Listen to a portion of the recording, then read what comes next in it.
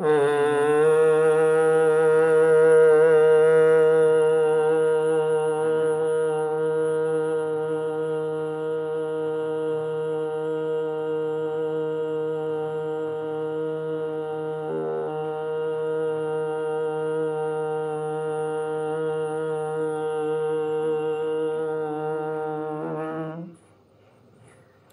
गुरुचरण कमलेभ्यो नमः।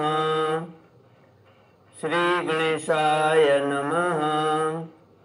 श्री सरस्वत्यै नमः। श्री विष्णवे नमः। श्री कृष्ण गोविंद हरे मुरारे। हे नाथ नारायण वासुदेव। श्री कृष्ण गोविंद हरे मुरारे। हे नाथ नारायण वासुदेव। ओम नमो भगवते वासुदेवाय। ओम नमो भगवते वासुदेवाय। श्री कृष्ण गोविंद हरे मुरारे। हे नाथ नारायण वासुदेव। हे नाथ नारायण वासुदेव। हे नाथ नारायण वासुदेव। श्री कृष्ण गोविंद हरे मुरारे। हे नाथ नारायण वासुदेव। कृष्णाय वासुदेवाय हरये परमात्मने प्रणतक्लेशनाशाय गोविन्दाय नमो नमः। सच्चिदानन्दरूपाय विश्वोत्पत्त्यादिहेतवे तापत्रयविनाशाय श्रीकृष्णाय वयं नमः। श्रीकृष्णाय वयं नमः। सच्चित आनंद स्वरूप परमात्मा जो सृष्टि के उत्पत्ति पालन और श्रृंगार करता है तथा जीवों के आध्यात्मिक आदि दैविक आदि भौतिक तापों को नष्ट करने वाले हैं, अर्थात जीवों के मानसिक शारीरिक और भौतिक दुखों को दूर करने वाले हैं, उन श्री कृष्ण भगवान को हम नमस्कार करते हैं। श्री कृष्ण गोविंद हरे मुरारे। हे नाथ नारायण वासुदेव। श्रीमद् भागवत तृतीय स्कंद अथ 300 कपिल उवाच तस्य जनो नूनं नायं वेदो रुविक्रमम् काल्यमानोऽपि बलिनो वायोरिव घनावलिः यं यमर्थमुपादत्ते दुःखेन सुखहेतवे तं तं धुनोति भगवान् पुमान् छोच्यति यत्कृते। श्रीमद् भागवत तीसरा स्कंद 30वां अध्याय देह गेह में आसक्त पुरुषों की अधोगति का वर्णन।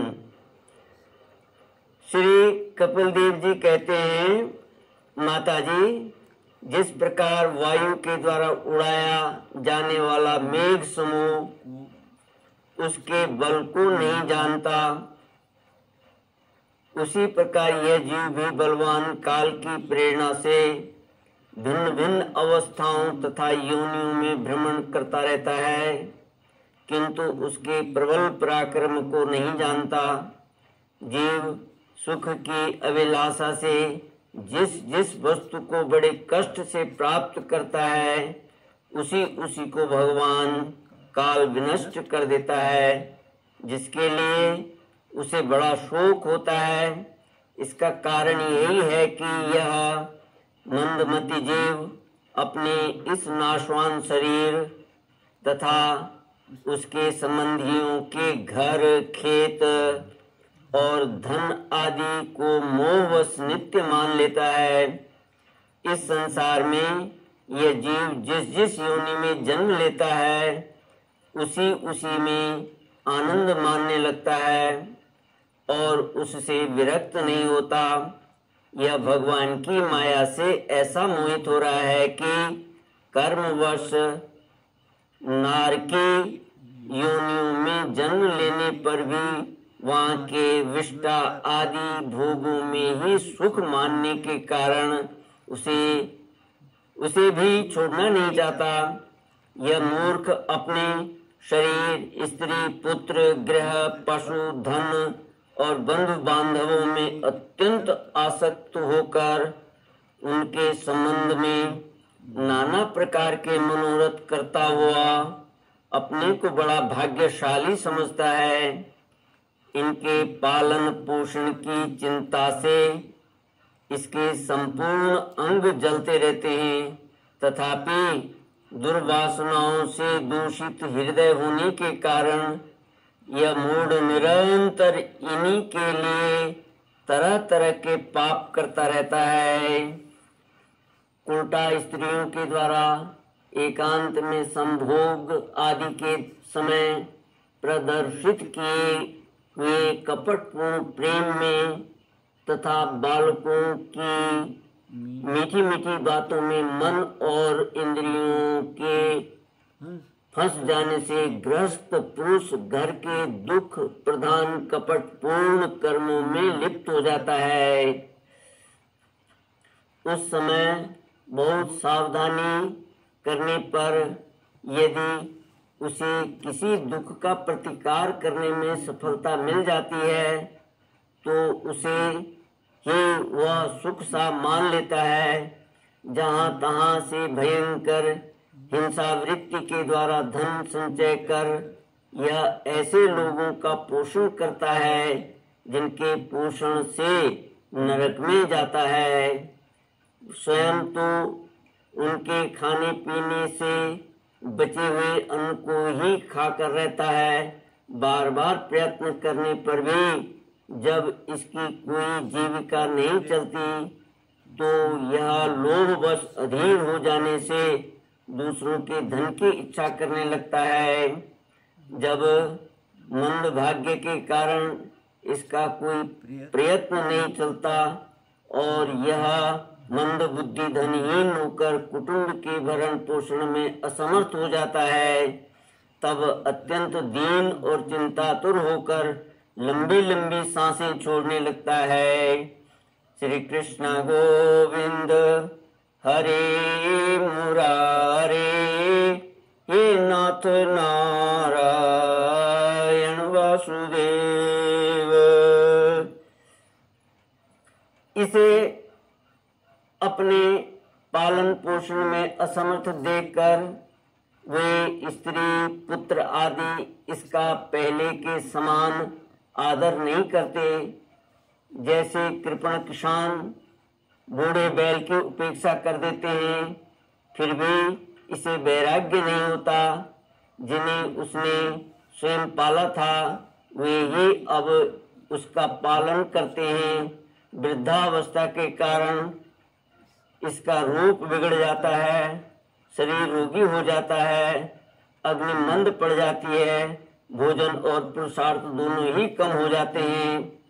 वह मरणोन्मुख होकर घर में पड़ा रहता है और कुत्ते की भांति स्त्री पुत्र आदि के अपमान पूर्वक दिए हुए टुकड़े खाकर जीवन निर्वाह करता है।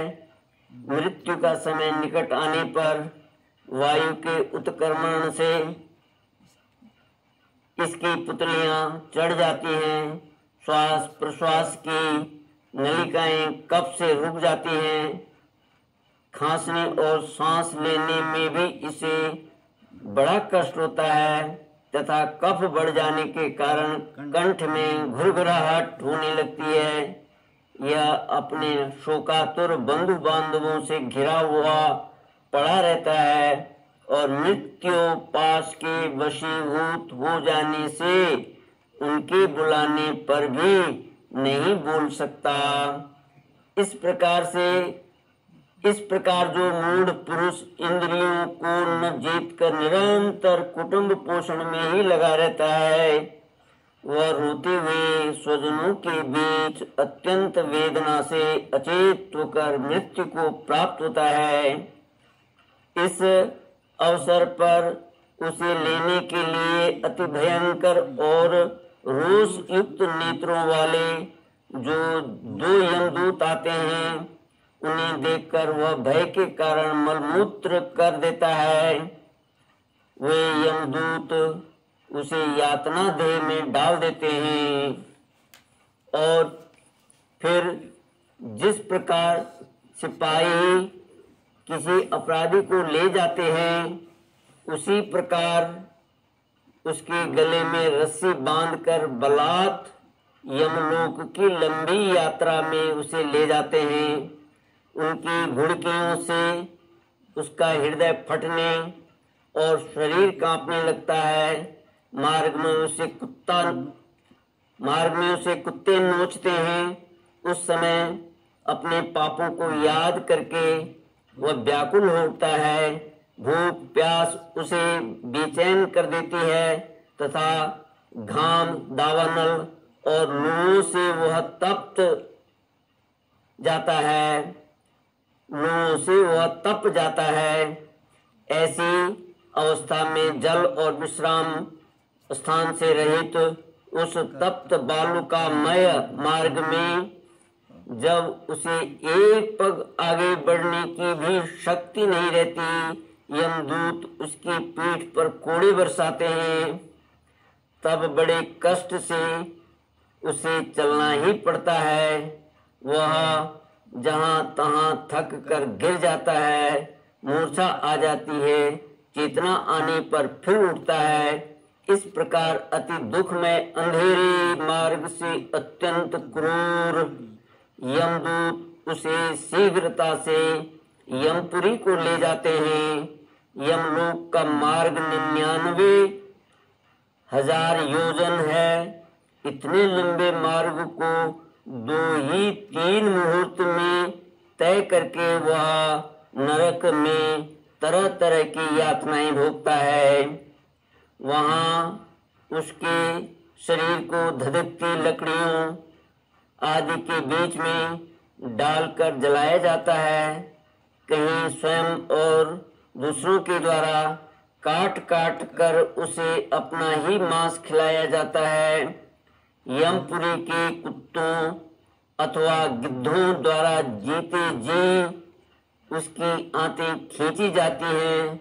सांप बिच्छू और डांस आदि डसने वाले तथा डंक मारने वाले जीवों से शरीर को पीड़ा पहुंचाई जाती है। शरीर को काट कर टुकड़े टुकड़े किए जाते हैं। उसे हाथियों से चिरवाया जाता है, पर्वत शिखरों से गिराया जाता है अथवा जल या गड्ढे में डालकर बंद कर दिया जाता है। ये सब यातनाएं तथा इसी प्रकार तामिश्र, अंधतामिश्र एवं रौरव आदि नरकों की और भी अनेकों यंत्रणाएं, स्त्री हो या पुरुष, उस जीव को पारस्परिक संसर्ग से होने वाले पाप के कारण भोगनी ही पड़ती हैं। माता जी, कुछ लोगों का कहना है कि स्वर्ग और नरक तो इसी लोक में है, क्योंकि जो नारकी यातनाएं हैं वे यहाँ भी देखी जाती हैं। भगवान कहते हैं, माता जी, इस प्रकार अनेक कष्ट भोग कर अपने कुटुंब का ही पालन करने वाला अथवा केवल अपना ही पेट भरने वाला पुरुष उन कुटुंब और शरीर दोनों को यहीं छोड़कर मरने के बाद अपने किए हुए पापों को ऐसा फल भोगता है।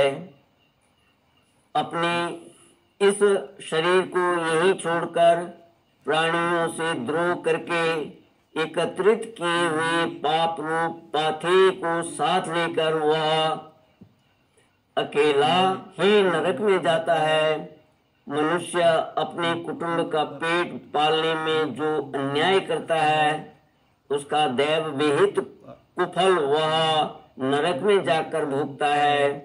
उस समय वह ऐसा व्याकुल होता है मानो उसका सर्वस्व लुट गया हो। जो पुरुष निरीह पाप की कमाई से ही अपने परिवार का पालन करने में व्यस्त रहता है वह अंध तामिश्र नरक में जाता है, जो नरकों में चरम सीमा का कष्टप्रद स्थान है।